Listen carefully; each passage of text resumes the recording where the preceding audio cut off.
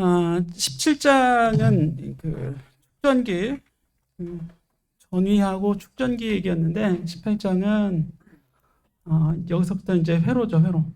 그래서 전기 회로. 오늘도 이 전원 장치에, 그죠? 플러스 마이너스, 그래서 양극에서 선을 따오고 음극에서 선을 따와서 요 사이에 뭔가를 연결했는데 이게 이제 단순히 전선이었지만 오늘은 주로 이제 여기에 저항을 이렇게 연결합니다. 저항체. 그래서 가하는 전압에 따라서 여기를 흐르는 전류가 얼마냐. 전류가 이렇게 흐르겠죠. 흐르는 전류가 얼마인가. 그리고 내가 연결한 이 저항체의 저항값은 얼마인가. 이거에 대한 얘기를 주로 좀 해보도록 할 겁니다.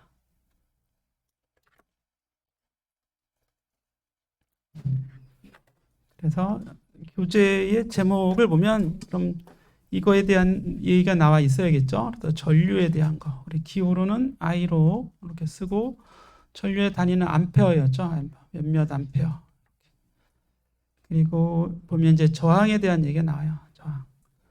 나머지는 이제 전지에 대한 게 바로 우리 이제 기전력이라고 하는 거고, 나머지는 다 이제 저항을 어떻게 연결할 것인가. 그리고 인류는 에너지 관점이라고 보면 됩니다. 그리고 이제 법칙에 키르요프의 법칙이 있고 지난주 실험했던 피스톤 브릿지가 나오게 되고, RC회로는 오늘은 생략하겠습니다. RC회로는 생략. 그래서 18-9절까지 8절까지 주로 살펴볼 거고, 여기는 추가적인 개념은 그냥 설명하는 정도로 이렇게 하도록 하겠습니다. 중요한 내용은 여기 일률 7절, 8절 여기에 많이 들어있고, 또 저항에 대해 여기에 많이 들어있어요. 여기 3절과 7절, 8절에 중요한 내용이 많이 들어있으니까 시험 문제도 여기서 3절, 7절, 8절에서 많이 출제를 할 거고 그렇다. 그래서 먼저 이 전기에 대해서는 여러분들이 이제 첫 번째 단어는 전류인데, 물을 생각하면 편해요. 물은 이제 물의 흐름. 물을 흐르게 하려면 펌프가 있어야겠죠. 펌프가 있고 물 자체가 있어야겠지. 그리고 이것이 흐를 수 있는 그죠? 수로가 있어야 돼요. 수로. 그래서 예를 들어서 펌프를, 여기 이제 물이 이렇게 담겨져 있는 호수가 있다 합시다. 호수에서 또는 수조에서 물을 이렇게 끌어올려야죠. 끌어올려서 높은 곳까지 물을 퍼올리는 장치가 펌프입니다. 여기 이제 펌프를 이렇게 설치를 했다고 하자고요. 펌프를 가동을 시키면 물을 호스를 통해서, 이 수로를 통해서 물을 끌어오고, 높은 곳에서 낮은 곳으로 수로를 만들어주면 물이 이렇게 떨어지겠죠. 그래서 예를 들어서 여기에 있는 물레방아를 이제 회전시킨다든지 이런 거죠. 그래서 물레방아를 회전시켜서 이 회전력을 얻어서 뭔가 이제 모터의 기능을 또는 동력을 내는 이런 또 기계적인 일을 할 수 있죠. 그래서 얘는 동력을 내서 이게 일을 하게 되는 거죠. 우리 물리학에서 공부한 일을 하게 되고, 그러면 낮은 곳으로 물이 떨어졌죠. 그럼 다시 호스로 물을 다시 이렇게 연결해주면 그냥 물이 이렇게 알아서 흘러가겠지. 이게 다 어떤 수로를 통해서, 수로라고 하는 건 물이 흐르는 길이죠. 물이 흐르는 길. 근데 전기에서도 마찬가지 방법으로 이 물의 역할을 하는 게 전하야, 전하.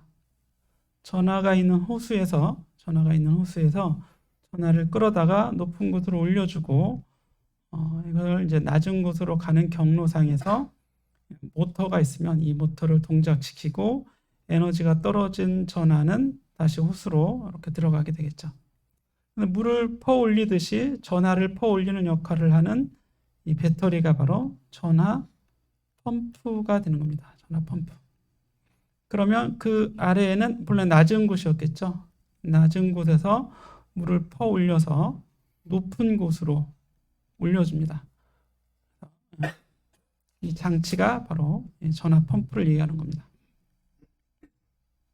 똑같은 그림을 회로도로 그려놓은 거예요. 얘가 미안합니다. 이게 이게 배터리 기호가 되는 거고, 여기 이제 저항이 이렇게 연결돼 있죠.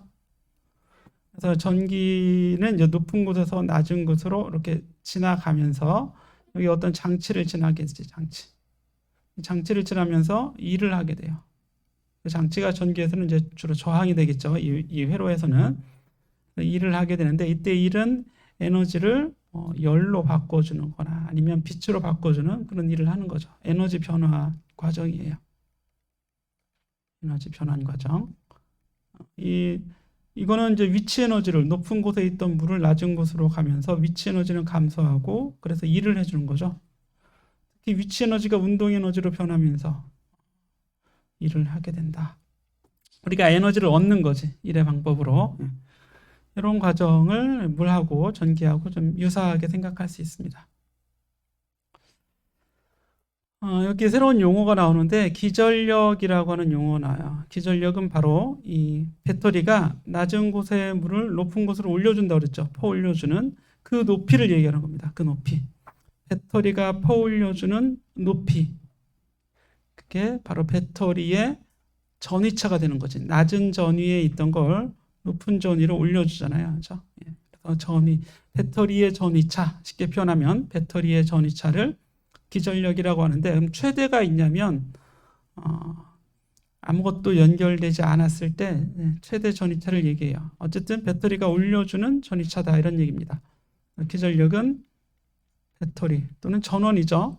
배터리의 전위차 또는 우리말로 전지라고 하잖아. 배터리 양단의 전위차. 배터리 양단의 전위차인데, 그냥 배터리의 양단의 전위차 그러면 나중에는 이제 이게 단자전압이라는 말하고 혼동이 될 수 있어요. 일단은 이렇게 알아두시고, 우리가 이제 배터리를 사면 여기 1.5V 이렇게 돼 있을 거 아니야, 그치? 우리 많이 쓰는 배터리가. 그러면 낮은 곳에 있는 전하를 1.5V 높은 곳으로 올려줄 수 있는 장치다, 이런 얘기입니다. 펌핑할 수 있는 높이, 이게 바로 전기에서는 전위차라고 하는 거죠. 음극과 양극 사이의 전위차, 이렇게 얘기할 수 있습니다. 뭐 생겨먹은 모양에 따라 이런 배터리도 있고, 그렇죠? 뭐 자동차 배터리 같이 박스에 들어가 있는 거 있잖아. 전해질이 들어가 있어서 이게 플러스 마이너스 이렇게 돼 있죠. 자, 배터리의 기호는 이렇게 이런 기호. 한쪽은 길고 한쪽은 짧으면서 조금 진하게 쓰기도 합니다. 이렇게. 그럼 긴 쪽이 플러스, 짧은 쪽이 마이너스가 되는 거예요. 여기에도 그렇게 잘 표시가 되어 있죠. 자, 그리고 아래 내려가 보면 그 배터리의 원리인데, 화학적 또는 물리적, 전기적으로 배터리의 원리를 이렇게 보여주고 있습니다. 여러분들이 잘 읽어보시고 내용만 알고 있으면 돼요.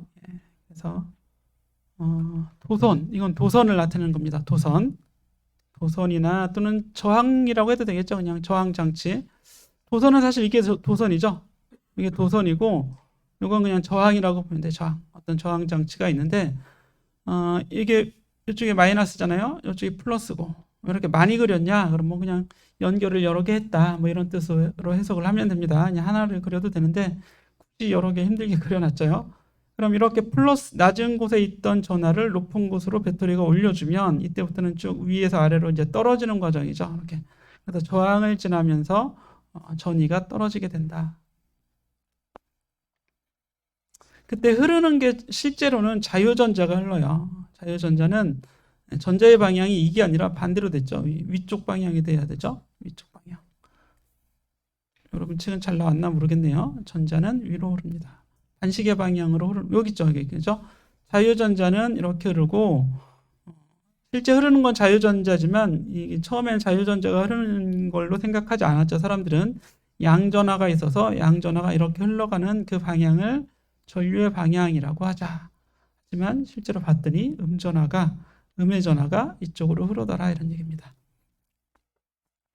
그래서 이렇게 전하를 가지고 흘러가는 이 물의 역할을 하는 물분자 또는 물분자와 같이 물의 역할을 하는 그런 입자를 전하 운반자라고 합니다. 즉 전하를 운반해주는 입자, 이런 얘기예요.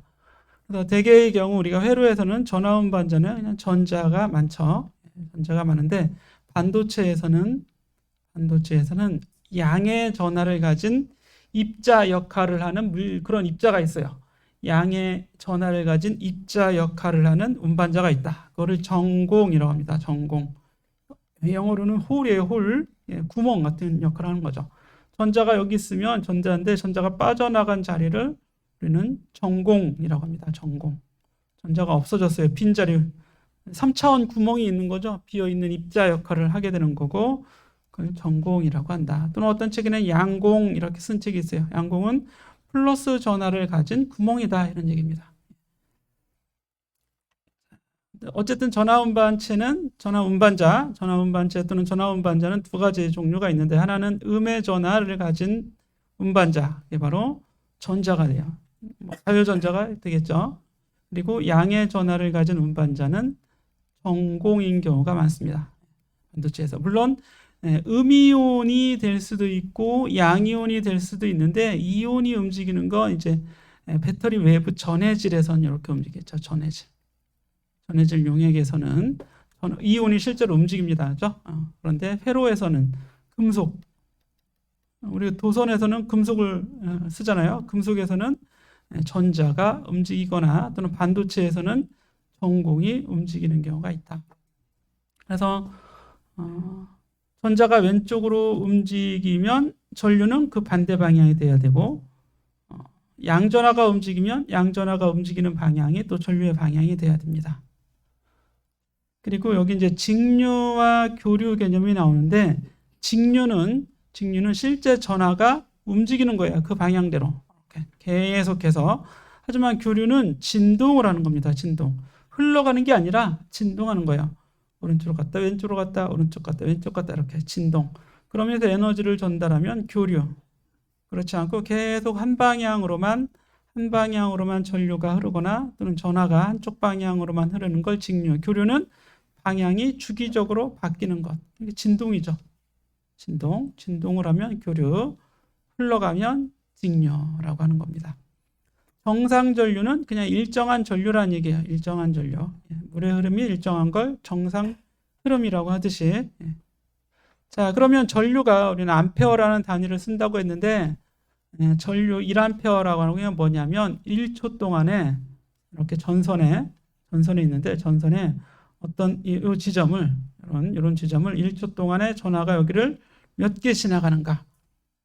Q가 여기를 지나가죠. 1초 동안에 몇 쿨롱 지나가는가? 그래서 이게 Q예요, Q. 그래서 이거를 이제 I는 T분의 Q 이렇게 외우면 되겠죠. 또는 Q는 IT.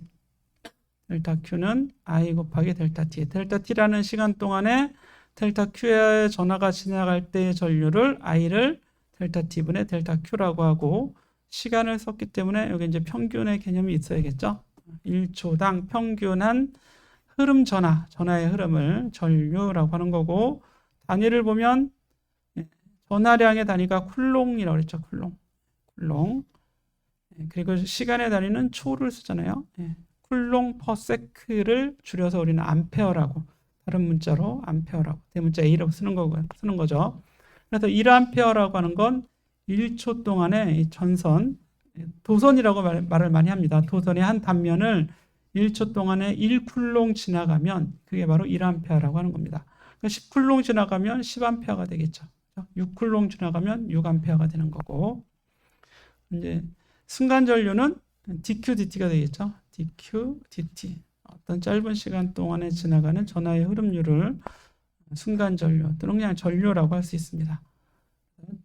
단위로는 암페어를 쓴다. 그래서 이 1암페어는 1초에 몇 개의 전자가 이동하는지, 그러니까 도선 속에서는 전자가 이동한다 그랬죠. 그럼 전자는 1쿨롱에 해당하는 전자가 약 6.25 곱하기 10의 18승계가 됩니다. 그렇죠. 기본 전하량 6.25 곱하기 10의 18승계가 지나가는 전하량을 1쿨롱이라고 하고 이게 1초 동안 지나가면 그게 바로 1암페어가 되는 거죠. 그래서 6.25 곱하기 10의 18승계의 전자 또는 이 양전자는 사실 없으니까 양전하 해도 되겠죠. 이걸 1암페어라고 하자. 그래서 예제 18.1을 보면 어떤 도선에 2.5암페어의 전류가 일정한 전류가 4분 동안 흘러간다면 이 도선이 이렇게 있어요. 그런데 여기를 어느 지점을 지나갈 거 아니에요. 그죠? 문을 열고 사람이 지나가는 것처럼 1초에 6.25 곱하기 10의 18승계가 지나가면 이게 1A예요. 그죠? 1A. 그런데 2.5A가 된다면 양변에 2.5배 해주면 되겠죠? 2.5배. 1초 동안에 6.25 곱하기 10의 18승계의 몇 배? 2.5배. 그러면 몇 개예요? 3.8 곱하기 4분 동안 지나가는 거지 이게. 그죠? 그러면 전체 전하량은 Q는 IT가 됩니다. 그렇죠? 여기 있네요. Q는 I 곱하기 T인데 I는 2.5A라고 했고요. 2.5A. 여기 암페어였죠? 쿨롱 퍼 세크. 곱하기 다시 시간을 해줘야겠죠? 그러니까 600쿨롱의 전하량이 지나가는데 1쿨롱의 전하량이 6.25 곱하기 10의 18승계의 전자라고 그랬잖아요. 전자. 그죠? 그러면 600이면 여기 양변에 600만 곱해주면 되겠죠. 600. 그랬더니 3.8 곱하기 10의 21승계의 전자가 지나간 걸 알 수 있다는 얘기입니다. 자유전자가 막 지나가고 있는 거죠. 이렇게 도선에 구리죠. 되게 이제 구리. 여기 앞에 그림에 보면 이렇게 회로를 만들어서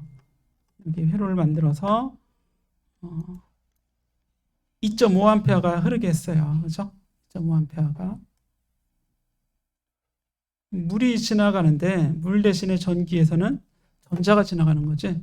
전자가 여기를 어떤 지점을 보니까 여기서 보니까 이렇게 전자가 지나가는데 1초에 600쿨롱.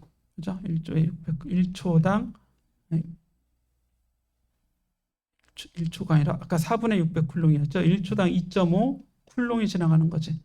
그러니까 이게 2.5 암페어가 되는 거잖아. 그죠? 전자들이 여기를 막 지나가더라. 자유전자가. 우리 눈에는 안 보이죠. 금속이 있더라도 이게 이제 구리 핏복을 딱 까보면 구리가 있어요. 그죠? 붉은색, 이런 색이죠. 이런 색, 그죠? 이런 색 구리가. 하지만 우리 눈에는 자유전자가 눈에 보이진 않지. 흘러가는 전자가 보이진 않습니다. 자, 그래서 전류에 대한 개념을 알아본 거예요. 알아보시고 18-2절에 가면 전류에 대한 미시적 모형, 현미경을 한번 살펴본다고 가정해보자.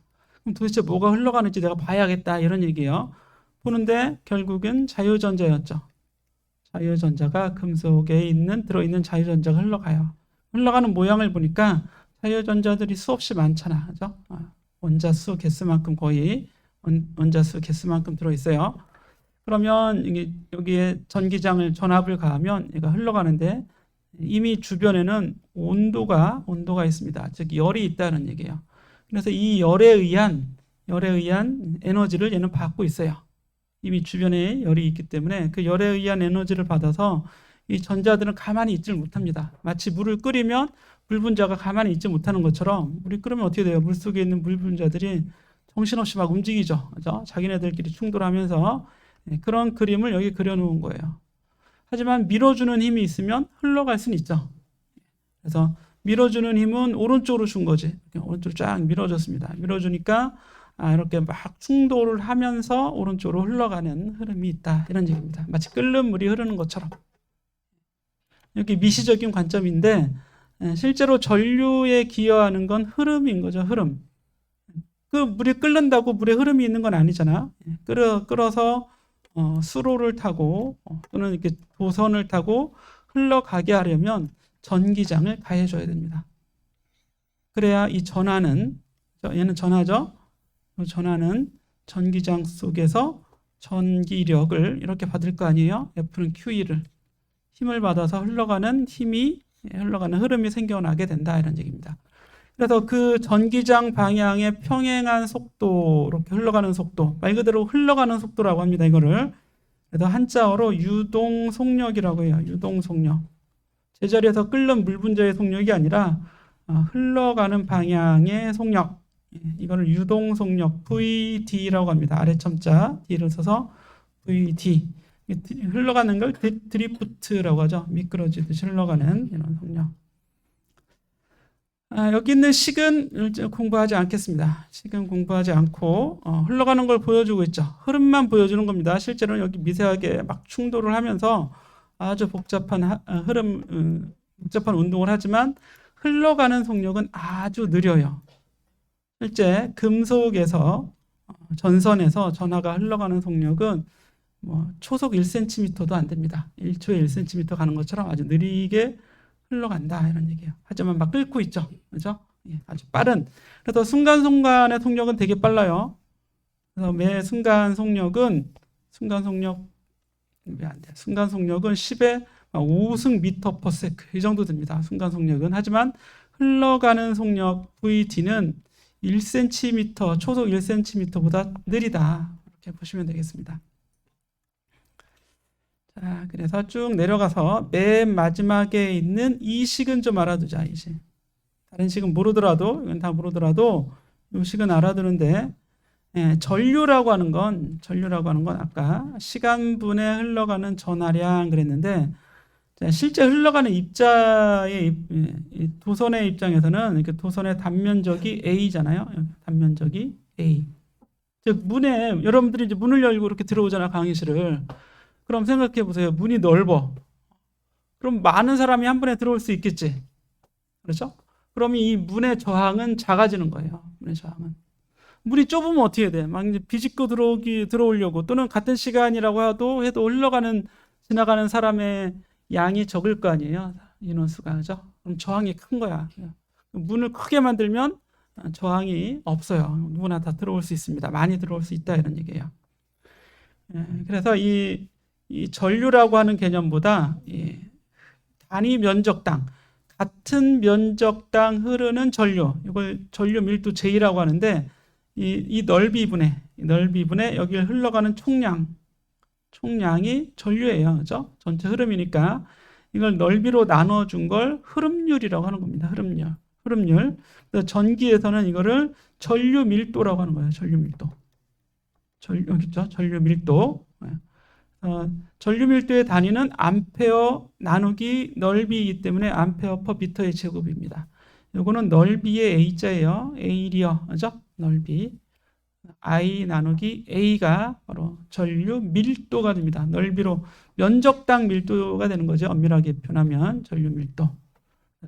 여기 A분의 I를 전류 밀도 I하고 비슷한 J라고 씁니다. J. 단위는 암페어를 여기 있죠. 전류는 암페어, 넓이는 퍼 미터의 제곱. 이렇게 되겠죠. 넓이로 나눠준 거.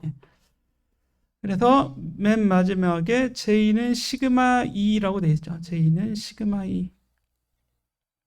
전기장이 강해지면 흐름이 많아지겠죠. 전기장이 증가하면 흐름이 많이 많아지는데 그 비례 상수를 전기 전도도라고 합니다. 전기 전도도. 얼마나 전기를 잘 흐르게 하는가. 똑같은 전기장을 가했을 때 전류가 얼마나 잘 흐르는가. 이건 물질마다 달라지겠죠. 어떤 물질은 저항이 작아서, 즉 문의 넓이는 똑같은데 잘 흘러가게 하는 물질이 있을 테고, 어떤 물질은 아예 잘 흐르지 못하는 물질도 있을 겁니다. 이 공식을 하나 외워두시면 나중에 쓸모가 있을 거예요.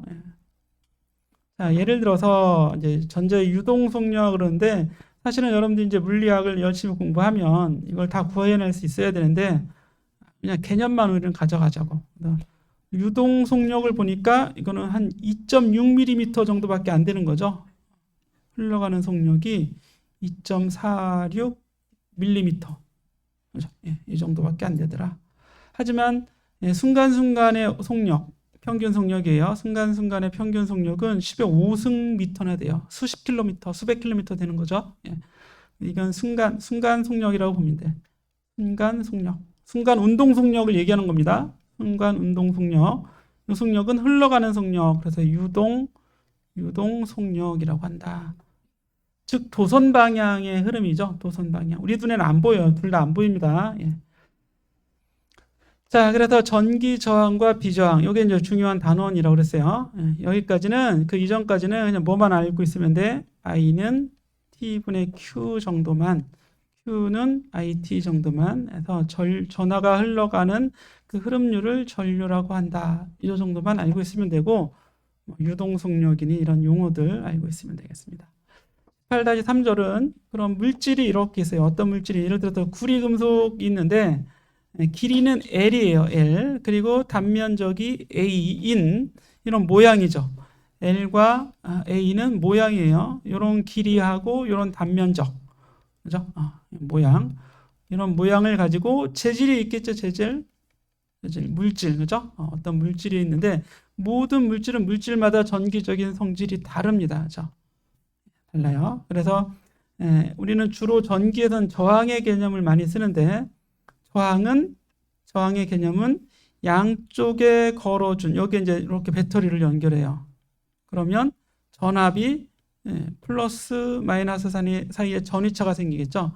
그래서 이쪽에 연결된 곳의 전위를 VA라고 한 거고 이쪽 음극에 연결된 쪽의 전위를 VB라고 해서 VA와 VB 즉 이 도선 양단이죠. 양 끝에 전위차가 VA-VB의 전위차가 생기는 거죠.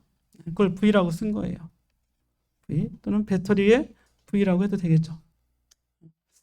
배터리의 V. 전위차. 이걸 전위차라고 하는 거죠. 전위차가 V인. 양단의 전위차가 VA-VB인. 이렇게 유지되면 이쪽은 높고 이쪽은 낮을 테니까 높은 데서 낮은 곳으로 전하가 흘러가겠죠.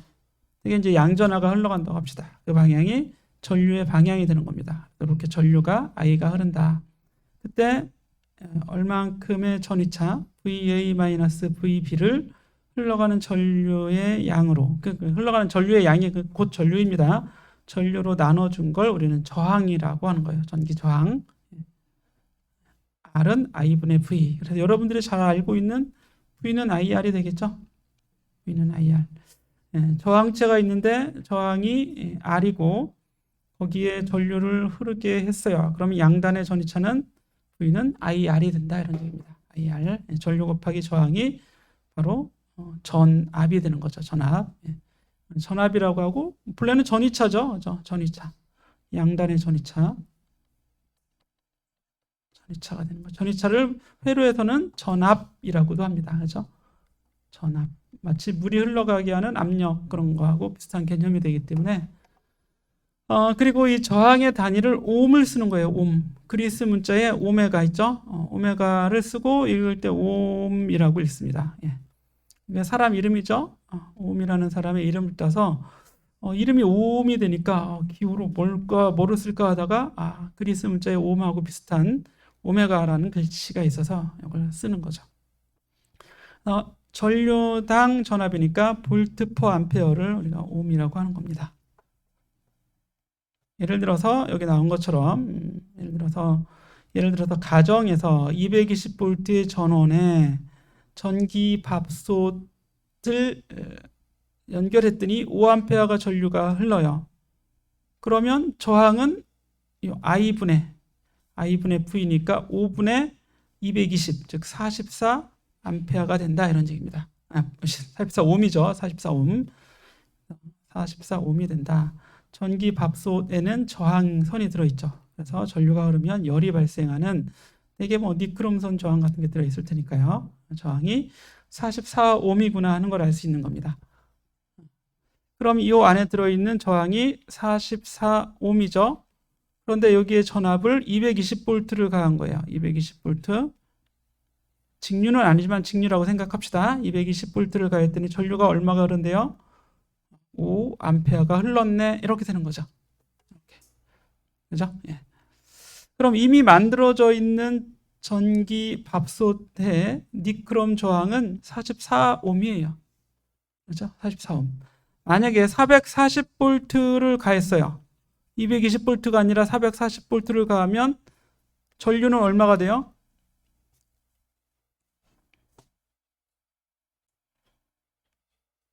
10A가 되겠죠.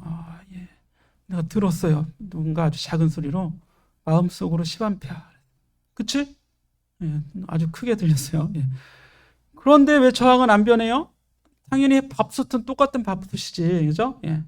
이 저항이 변하는 게 아니에요. 여러분 이런 사람들이 있어요. R은 I분의 V니까 내가 전압을 2배로 하면 와 저항도 2배가 되겠네. 이렇게 잘못 생각하는 사람들이 있습니다. 그죠?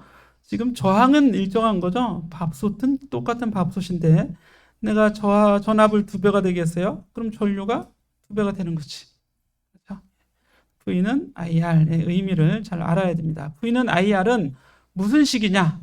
이게 무슨 식이에요? 저항에 관련된 식입니다. 저항은 흐르는 전류와 전압으로 저항을 구할 수 있는데 저항은 이렇다. I분의 V로 구한다는 얘기입니다. 이걸 오음의 법칙이라고 잘못 알고 있는 사람이 있어요. 오음의 법칙은 다음과 같다 해놓고 이렇게 정말 책에 이렇게 나오거든. 오음의 법칙은 다음과 같다. 이게 아니에요. 이게 아닙니다. 오음의 법칙은 이게 아니라 어디에 있냐면 쭉 아래에 있습니다. 여기서부터가 오음의 법칙이고 이 위에는 오음의 법칙하고 아무런 관계가 약간의 관계는 있지만 뭐라고 되어 있냐면 오음의 법칙을 만족하고 넓은 범위의 전압에 걸쳐 넓은 범위의 전압이라는 건 전압이 변하더라도 이런 얘기입니다. 일정한 저항을 가진 물질을 옴성 물질이라고 한다. 옴성 물질은 그래서 내가 전압을 증가시켜줬어요. 전압을 증가시켜줬더니 뭐도 증가해? 흐르는 전류도 증가하네요. 그죠? 지금 보시면 내가 전압을 2배로 증가시켜서 440V가 되게 했더니 전류도 2배가 돼서 10A가 됐어. 저항은 어때요? 똑같이 44Ω이잖아요. 그죠? 이런 물질, 다시 얘기하면 전압이 바뀌어도 저항이 변하지 않는 물질. 그래서 교재에는 그냥 일정한 저항을 가진 물질, 전압에 걸쳐 넓은 범위에 전압이 바뀌어도 저항이 변하지 않는 물질을 옴성 물질이라고 하는 겁니다. 옴성 물질. 그럼 이 물질의 저항은 얼마겠어요? 저항은 I분의 V로 구한다. 저항을 구하는 식이 이렇다는 얘기예요. 저항을 구하는 식이 이렇다는 얘기지 오음의 법칙을 얘기해라 그러면 여러분들은 여기서부터 얘기해야 됩니다. 넓은 범위의 전압에 걸쳐서 즉 전압을 변하게 했는데도 저항은 안 변하고 그럼 전류는 변한다는 얘기죠. 전류만 같은 비율로 변하는 물질을 옴성 물질이라고 하고 그 다음에 이어지죠. 그 다음에 이어지는 말이 뭐냐면 얘는 왜 이래? 프로그램이 다운된 거야? 그 다음 전압에 따라 저항이 바뀌는 물질 그러면 이제 옴성 물질이 아닌 거죠. 비옴성 물질이라고 한다. 이게 마우스가 안 먹네요. 그래서 여기 있는 여기가 중요한 겁니다. 시험에 낼 거예요. 오음의 법칙이 뭐냐? 오음의 법칙을 설명해라 그러면 이거를 지금 얘기했듯이 설명하면 되고 이걸 그래프로 나타내면 전압이 증가하잖아요.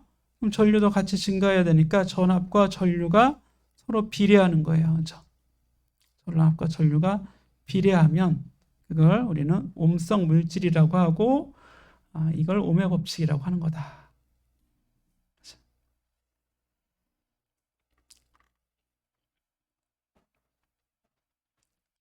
그래서 이제 배터리를 연결해서 여기 이렇게 연결한 겁니다. 배터리를 연결해서 회로를 만들었어요. 이렇게 회로를 만들었습니다. 그럼 배터리가 연결된 쪽에 전압이 VA죠. 여기가 VA. 그렇죠? 그리고 양극이 음극이 연결된 쪽에 전압이 전이에요. 한 점의 전압을 얘기할 때는 전압이 아니라 전이라고 해야죠. 전이는 VB예요. 그래서 VA-VB가 배터리의 전이차가 되는 거죠. 배터리 양단의 전이차. 여기 앞하고 뒤. 그죠? 여기 V잖아. V. 그런데 배터리의 플러스 극은 저항의 왼쪽이나 다름없죠. 그죠? 배터리의 오른쪽은 저항의 오른쪽이에요. 저항의 양단의 전이차도 똑같이 V가 되는 겁니다. 여기 전류 I가 흐르잖아요. V는 IR 돼야겠죠. 저항이 R이라고 했으니까 V는 IR이라는 식이 되는데 이렇게 저항의 전류가 흘러서 한쪽은 높고 한쪽은 낮은 전이차가 생겨났죠. 이걸 전압이 떨어졌다고 합니다. 여기 전류가 여기 지나는 거죠. 지나면서 높은 곳에서 낮은 곳으로 떨어진 거잖아요. 그래서 저항을 지날 때 전위가 얼마나 떨어지는가, 이걸 전압 강하라고 해요. 본래는 전위 강하라고 해야 되는데 이 전기 회로하는 사람들이 그냥 이걸 전압 강하라고 했어요.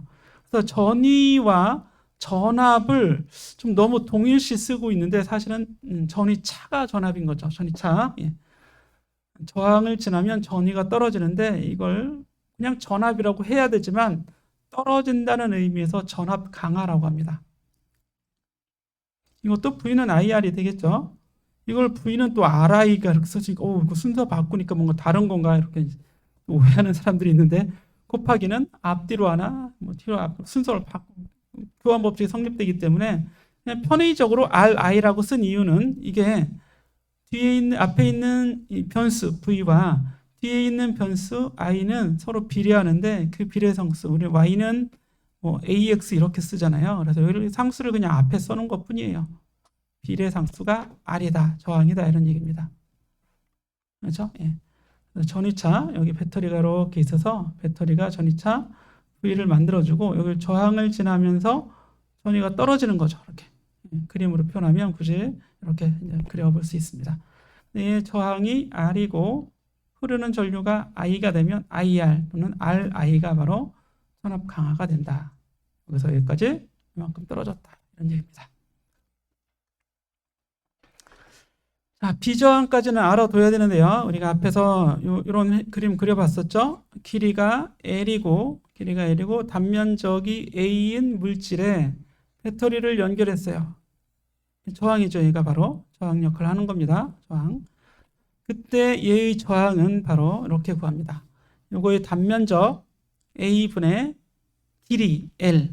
길이가 길면 저항이 길어지는 거예요. 이 물질이 계속 지나가야 되니까, 그죠? 예. 마치 동굴을 지나가면 지나가기가 어려울 거 아니에요. 길이가 길어서 많은 전하가 지나가지 못합니다. 예. 일단 빠져나와야 지나가는 건데 빠져나오는데 오랜 경로가 걸리기 때문에 저항이 커지는 거고, 대신에 문이 크면, 즉 단면적이 커지면 저항은 줄어드는데, 이게 어떤 매질이냐, 그 매질의 저항적인 특징을 비저항이라고 하는 겁니다. 비교된, 그죠? 비교된 저항이에요. 똑같은 모양으로 만들어 놓고 저항을 쟀더니 물질마다 다 다르겠죠. 예. 그래서 뒤에 있는 건 물질의 모양, 생김새, 앞에 있는 로는 물질 자체. 예. 이게 두 개가 이루어져서 어떤 공간을 어떤 물질이 채우고 있는가에 따라서 저항이 바뀐다, 이런 얘기입니다. 그래서 여기서의 저항이라고 하는 건 전류 전압에 관계없이 물체를 만들어 놓으면 저항이 다 결정이 된다, 이런 얘기예요. 거기에 전압을 가했더니 어떻게 돼요? 전압을 가했더니 전류가 흐르겠죠? 이런 관계가 돼야겠네요. 그렇죠? R은 I분의 V 관계가 돼야겠습니다.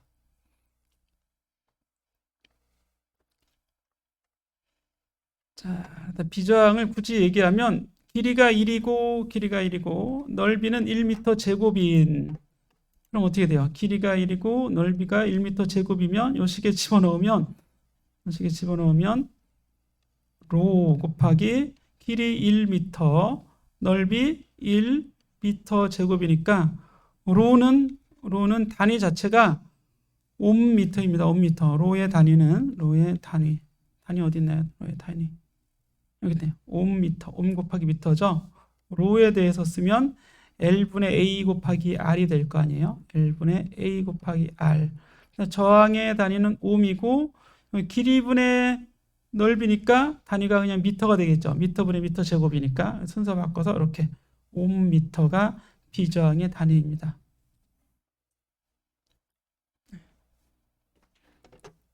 그래서 여러 가지 물질의 비저항이 그 다음 페이지에 476페이지에 나와 있죠.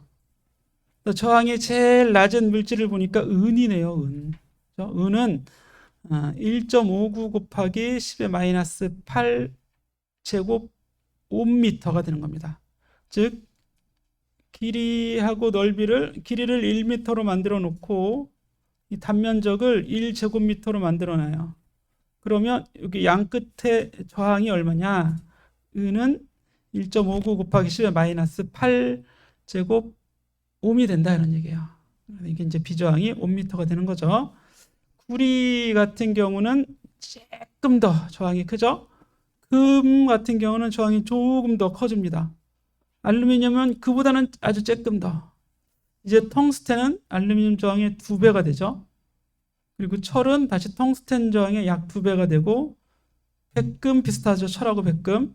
납이면 다시 또 2배 정도가 돼요. 이렇게 저항이 팍팍 높아집니다. 그렇죠?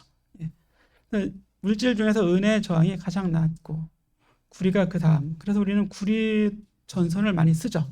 구리 전선, 그죠? 예. 구리는 비교적 양이 많고, 예. 그런데 구리는 비싸요. 구리는 비쌉니다. 그러니까 사람들이 우리나라는 구리 전선을 끊어가는 사람은 별로 없지. 외국은 전선을 끊어가요. 외국 사람들은 전선을 만들어 놓잖아. 그럼 전선을 끊어가. 가져다 팔면 가격이 너무 좋으니까 이제. 그래서 못 끊어가게 높은 곳에 만들어요. 높은 곳에. 물론 감전을 위해서도 높은 곳에 만들지만, 감전을 피하기 위해서, 안전을 위해서도 높은 곳에 만들지만, 그게 첫 번째 목적이긴 하지만 아무리 높아도 끊어갈 사람들은 끊어갑니다. 그죠? 도선생들 있잖아요. 그죠? 예. 우리나라는 그 정도까지는 아니죠. 끊어가면 그 죄목이 좀 커져요. 이게 공동 재산이잖아요. 그죠? 예. 그래서 죄목이 좀 커집니다. 절도죄가 좀 크게 된다. 예전에 그런 얘기 있지 않았어요? 맨홀 뚜껑 철이에요. 철, 그죠? 예. 맨홀 뚜껑이 그냥 손으로 잡아 떼면 다 떨어져, 그죠? 예. 그래서 이걸 막 훔쳐가는 사람들이 있었어. 가격이 되게 비싸요. 맨홀 뚜껑. 예. 몇만 원 할 걸 그래도, 그죠? 예. 몇천 원 정도 할 겁니다. 예. 몇천 원 정도. 중국에서 중국 얘기하니까 그런데 우리나라 주변에 큰 나라가 중국이니까, 그죠? 중국이 인구도 많고 막 이러니까 그걸 가져가도 누가 가져갔나 잘 몰라. 요즘은 이제 CCTV가 많으니까 그래도 좀 아는데, 온 동네 맨홀 뚜껑이 다 사라졌어. 이걸 트럭을 가져와갖고 트럭에 다 싣고 가는 거야. 쭉 가면서. 우리나라에서 그랬다가는 뭐 그냥, 중국도 그렇지만, 예. 쇠고랑 차는 건 문제가 아니라 지탄을 많이 받지. 저런 나쁜 놈. 그렇죠? 예. 그래서 어떻게 했냐면 이걸 못 가져가게 걸쇠를 만들었어. 걸쇠. 안에다 걸쇠를 만들어 갖고 손으로 이게 떨어지지가 않습니다. 못 가져갑니다. 예. 지금 그렇게 해놨어요. 어쨌든, 예. 만약에 근데 은으로 만들어봐. 은으로. 그럼 은의 가격은 더 높잖아요. 그렇죠? 예. 그럼 진짜 끊어갈 사람이 있을지도 모르고, 금으로 만들면 그땐 하룻밤에 다 없어지겠지. 금으로 도선을 만든다 그러면 구리가 제일 만만한. 근데 구리도 끊어가기 때문에 알루미늄으로 만드는 것도 많다 이렇게 얘기를 합니다. 알루미늄. 그래서 알루미늄으로 만든 전선이 실제 있어요. 예, 실제 있습니다. 근데 구리보다 저항이 조금 높기 때문에 열이 좀 많이 난다 이런 단점은 있어요. 그리고 만들기가 좀 까다롭습니다. 알루미늄은. 자, 반도체, 부도체에 있는데 일단 이 정도만. 비저항이 다양하다. 근데 비저항은 어때요? 그래도 좀 작죠. 그런데 저 부도체들의 비저항은 어때요? 유리나 나무는 10의 마이너스가 아니라 10의 14승 뭐 이렇습니다. 비저항 자체가 너무 크기 때문에 전류를 흐르지 못하게 되는 거죠. 비저항의 온도 계수는 생략하겠습니다. 생략. 이 계산을 생략하고 요걸 보세요. 요거 비저항의 온도 계수가 여기 있잖아요. 여기 이렇게. 이건 뭐냐면 단위가 온도 퍼도시죠. 퍼도시. 온도의 역수니까 온도가 1도 증가할 때마다 비저항이 변화, 이게 플러스잖아요. 그럼 증가한다 이런 얘기입니다. 증가한다. 그래서 금속의 온도가 높아지잖아. 그럼 저항이 커진다 이런 얘기입니다. 저항이 커진다. 그래서 어느 정도 비율로 커지냐면 1도 증가할 때마다 4,000분의 1씩, 원래 저항값의 4,000분의 1, 그렇죠? 3.9니까 3,900분의 1의 비율로 저항이 증가한다. 그럼 이걸 가지고 뭘 할 수 있냐면 저항을 재서 거꾸로 온도를 구할 수 있어요. 온도계로 쓸 수 있습니다. 온도계. 근데 이제 금속을 가지고 온도계를 쓸 때에는 이게 너무 조금 변하니까 사실 오차가 많아요. 많이 변하는 물질들이 있다고. 많이 변하는 물질.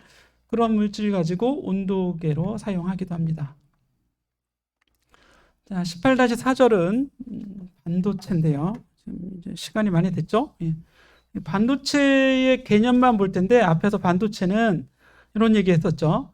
전자가 있고 전공이라고 하는 게 있습니다. 이건 음의 입자예요. 이건 양의 입자 역할을 하는 입자. 실제 입자처럼 보여요.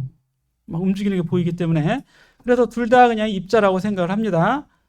전자는 음의 전하를 가지고 나르는 전하 운반자. 이게 전하 운반자를 얘기하는 겁니다. 반도체의 운반자, 전하 운반자는 두 가지 종류가 있습니다. 전자와 전공 또는 양공이라고도 합니다. 영어로는 그냥 홀이에요. 홀. 전자는 일렉트론과 홀이 있습니다. 우리말로 부를 때는 홀 그래야겠죠. 홀. 예. 그냥 홀 그러면 나중에 또 홀이라고 하는 이름, 사람 이름하고 또 이제 헷갈려서 홀, 예, 홀, 전공이라고 합니다. 이 공이 빌공자잖아, 그죠? 예, 빌공자. 그래서 두 가지 타입의 운반자가 있다. 그리고 반도체는 ohm의 법칙이 적용이 안 돼요.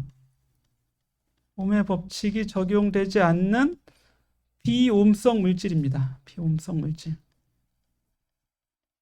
그리고 전기 저항은 아까 중간 그랬는데 그게 아니라 전기 저항을 우리가 조절할 수 있어요. 조절. 이게 반도체를 쓰는 목적의 가장 큰 목적 중에 하나라고 보면 됩니다. 여러분들이 회로 공부할 때는 반도체를 왜 쓰냐? 저항이 도체하고 절연체, 부도체의 중간이니까 그래서 반도체라고 한 거 아니야? 네. 말은 그렇게 이름은 그렇게 지었지만 실제로는 우리가 조절할 수 있다. 특징을 조절할 수 있기 때문에 우리가 써먹는 겁니다. 대표적인 반도체는 규소. 규소. 이게 영어로 뭐죠? 영어로 뭐예요? 규소가? SI. 뭐죠 이게?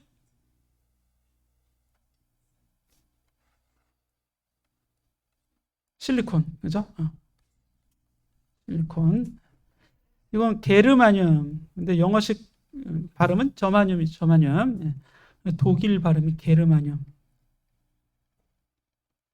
영어로는 저마늄. 이렇게. 그래서 이런 것들이 반도체, 특히 실리콘, 그죠? 우리나라가 반도체 강국이잖아요. 반도체 강국. 반도체로 그리고 자동차로 먹고 사는 나라. 예전에 그랬어요. 지금도 그렇지, 그죠? 지금도 그래요. 수출의 대부분이 반도체하고 자동차입니다. 그래서 우리나라를 먹여 살려주는 그런 물질이 반도체다, 실리콘이다 이렇게 보시면 되고 쭉 넘어가서 여기 N형 반도체, P형 반도체 그랬는데 바로 P형 반도체는 운반자, 전하 운반자가 전공이 됩니다. 전공. 홀이라고 그랬죠. 홀. 그리고 N형 반도체는 전하 운반자가 전자가 운반자. 그래서 전자는 전기적으로 마이너스 전하잖아요. 전공은 전기적으로 플러스 전하입니다.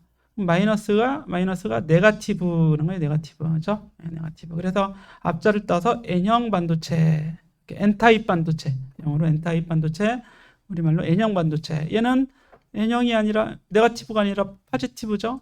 그래서 P형 반도체 그러는 겁니다. N형 반도체와 P형 반도체가 있다. 반도체는 N형 반도체와 P형 반도체가 있다. 이름만 좀 알아두세요. 그림상으로 보면 478페이지에 가보면 여기 양공이 있는데 양공은 어디 있는 거냐면 여기 조그만한 구멍이 보이잖아요. 여기 조그만한 구멍, 그렇죠? 비어있는 구멍. 이게 양공인데 얘가 이 속을 막 돌아다닙니다. 이렇게 돌아다녀요. 그래서 입자처럼. 전자는 여기 실제 전자 있잖아요. 그렇죠? 전자가 여기를 돌아다녀요. 이렇게. 잉여전자 그랬는데 그냥 전자라고 생각을 하면 되겠죠. 자유전자처럼 이렇게 돌아다니는 전자. 이걸 N형 반도체, 오른쪽을 P형 반도체의 어떤 그림이라고 할 수 있습니다. 자, 넘어가시고 여기 보면 N형 반도체에서는 전자가, P형 반도체에서는 양공이 운반자, 전하 운반자가 된다. 전하 운반자가 된다. 운반자이다. 이렇게. 이 정도 말만 보시고 쭉 지나가겠습니다. 나머지는 안 하겠어요. 그리고